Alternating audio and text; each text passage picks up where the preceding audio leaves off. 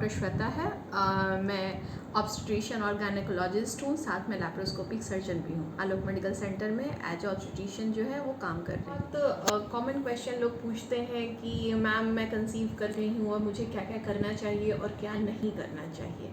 तो सबसे पहले मैं अपने व्यूअर्स को ये बताना चाहती हूँ कि प्रेगनेंसी कोई बीमारी नहीं है। Pregnancy is a very natural phenomena. हर सदियों से ये चीज़ें होती आ रही हैं, हो रही हैं और आगे भी होंगी। तो प्लीज़ इसको एक बीमारी की तरह न ले, ये मेरा सबसे पहला सुझाव है आपके लिए। रही बात कि कुछ सावधानियां हमें बरतनी पड़ती हैं, जैसे कि पहले तिमाही में हमें उल्टी चक्कर वगैरह की समस्या जो होती है वो ज़्यादा होती है, जिसमें हमें खान पान जो होता है उस पर ज़्यादा ध्यान देना चाहिए। अभी गर्मी का मौसम है, पानी खूब पीजिए, अपने आप को हाइड्रेटेड रखिए। सबसे बड़ी चीज़, तेल मसाला का सेवन एकदम कम करें पहला तिमाही में, क्योंकि वो आपको पचेगा ही नहीं। तीसरी बात कि आपको पहला तिमाही में ट्रैवलिंग जो होता है उसको अवॉइड करना चाहिए, क्योंकि उस समय जो भ्रूण होता है वो बनते रहता है।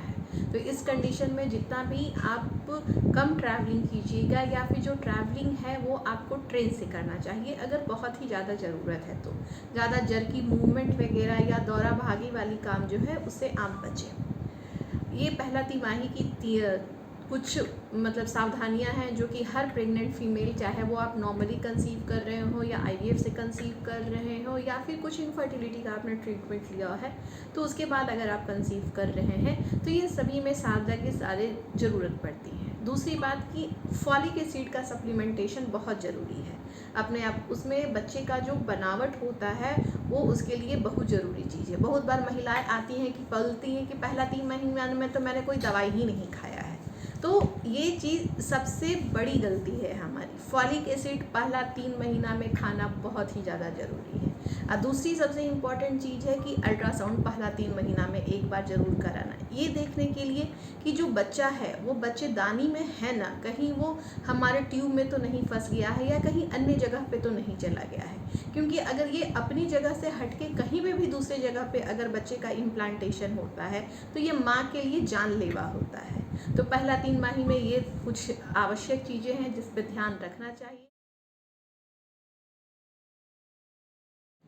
दूसरा तिमाही जो होता है वो 12 सप्ताह के बाद से शुरू होता है। इसमें एक बहुत इम्पॉर्टेंट स्कैन जो होता है जो 5वें महीने में कराई जाती है, उसको हम लोग लेवल 2 स्कैन या एनोमली स्कैन जो होता है वो कहते हैं। इसमें बच्चे की पूरी बनावट, सर, पैर, हाथ, उंगली, माथा, हर प्रकार की चीज़ें जो होते हैं देखते हैं, हार्ट, किडनी, लंग्स, एवरीथिंग। साथ ही साथ हम लोग इसमें एक क्वाड्रपल टेस्ट भी करते हैं, जिसमें बच्चे से कोई भी क्रोमोसोमल डिफेक्ट होता है, खासकर आजकल डाउन सिंड्रोम बच्चे में जो एबनॉर्मल चाइल्ड होते हैं कुछ देखने में जो लगते हैं, उस सभी चीज़ों के बारे में भी पता किया जा सकता है। ये जो होता है वो 20 वीक के अराउंड में 20वें सप्ताह में होता है। साथ ही हम लोग फीटल इको, बच्चे का जो इको होता है वो भी करते हैं, जो कि हम लोग 22 से 24 सप्ताह के बीच में करते हैं। तो जो दूसरा तिमाही है, बच्चा स्वस्थ है कि नहीं स्वस्थ है, बच्चे में कोई क्रोमोसोमल डिफेक्ट तो नहीं है, बच्चे में कोई बनावटी खराबी तो नहीं है, ये दोनों चीज़ों के बारे में बताता है। और दूसरे तिमाही में ही हम लोग आयरन और कैल्शियम की गोलियां जो होती है वो शुरू से ही महिलाओं को देते हैं, क्योंकि शरीर में जो बच्चा का ग्रोथ होता है उसकी वजह से बहुत सारे हार्मोनल चेंजेज होते हैं, हमारा कार्डियक आउटपुट जो होता है वो इंक्रीज कर जाता है और खून जो होता है वो कम होने का चांसेस होता है। इसलिए आयरन की गोली 12वें सप्ताह के बाद से ही महिलाओं को शुरू कर दिया जाता है। भारत सरकार की बहुत सारी ऐसी योजनाएं हैं जिसमें हम लोग महिलाओं को अनीमिया नहीं हो तो प्रेग्नेंट फीमेल को, गर्भवती महिलाओं को हम लोग आयरन की गोलियां मुफ्त में देते हैं। साथ ही टेटनस की सुई जो होती है वो एक बार हम लोग 14वें सप्ताह में लगाते हैं और एक महीने के बाद ऑलमोस्ट 24 वीक के अराउंड में हम लोग उसको लगाते हैं। अगर पहली प्रेगनेंसी है तो हम लोग टेटनस की 2 सुई लगाते हैं, और अगर दूसरी प्रेगनेंसी अगर होती है जो 3 साल के बाद या 3 साल के भीतर अगर ठहरती है तो एक ही हम लोग डोज जो होता है टेटनस की सुई लगा देते हैं। अब हम लोग ये सबसे इम्पॉर्टेंट बात है, खासकर इसमें हम लोग ये भी देखेंगे कि जो चीनी की समस्या है, चीनी की समस्या भी हम लोग इसमें रूल आउट करते हैं। जो दूसरा तिमाही होता है उसमें किसी को अगर बीपी की समस्या होने लगती है तो दूसरे तिमाही के अंतिम होते होते बीपी की समस्या भी हम लोग उसका पता कर सकते हैं। तो ये सबको हाई रिस्क प्रेगनेंसी कहते हैं। हाई रिस्क प्रेगनेंसी में डायबिटीज़, थायराइड, प्री इक्लेम्शिया, इक्लेम्शिया, सभी चीज़ों को रूल आउट हम लोग दूसरे तिमाही में कर सकते हैं।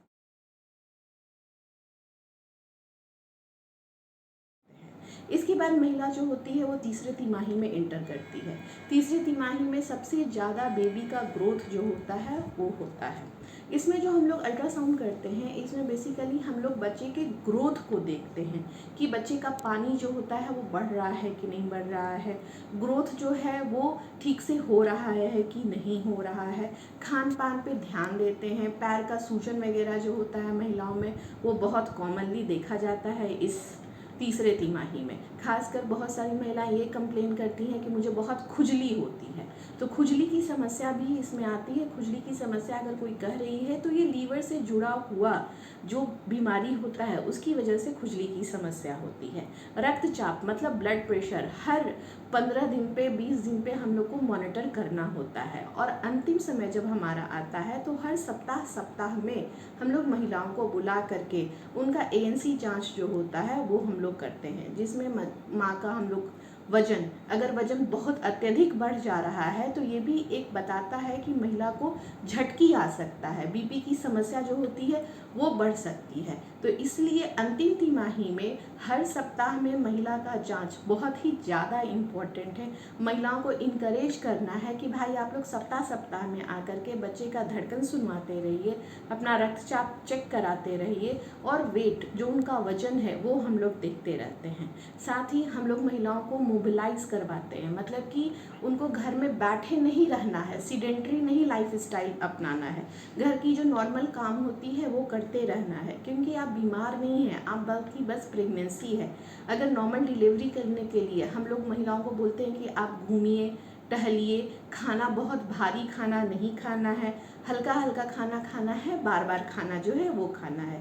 साथ ही कुछ जो पेल्विक एक्सरसाइजेज होते हैं जैसे कि बटरफ्लाई हो गया या बलून एक्सरसाइजेज जो होते हैं वो बताते हैं, ताकि जो नीचे का जो पेल्विस है हमारा महिला का वो बच्चे को अडाप्ट करने के लिए रेडी हो और नॉर्मल डिलीवरी कराने के लिए हम लोग महिलाओं को उस तरीके से मानसिक और शारीरिक तौर पे तैयार किया जाता है।